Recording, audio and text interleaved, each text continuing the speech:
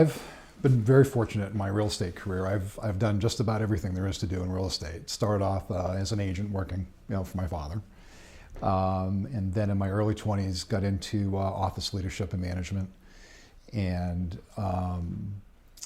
did a lot of developmental work, new construction, home design, mergers and acquisitions. I've done over 70 mergers and acquisitions, starting in the early 90s. So there's really no part of the industry that I haven't been exposed to. And I think it's given me a diverse perspective on the industry. So as we're talking to people, or meeting with a developer or looking at a commercial project, whatever the case may be, I've done what they've done.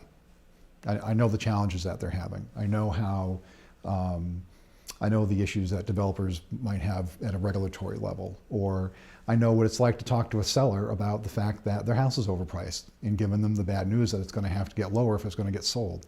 So, I got licensed when I was 18 and just considered myself very fortunate to have not only the people around me that taught me the business, some of which are still here, but the quantity and the quality of my real estate experiences, I think have certainly made me a better agent, better manager, better owner operator.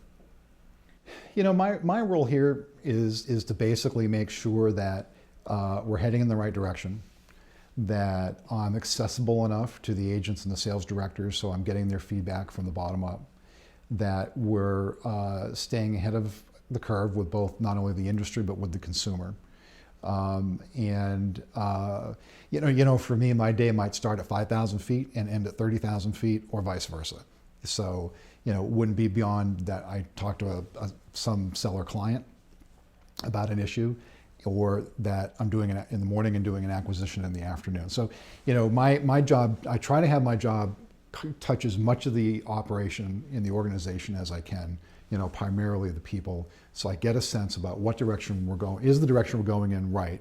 Do we have the right support services in place? And then what other course corrections do we need to make over, the coming months or years as we do our planning? Great.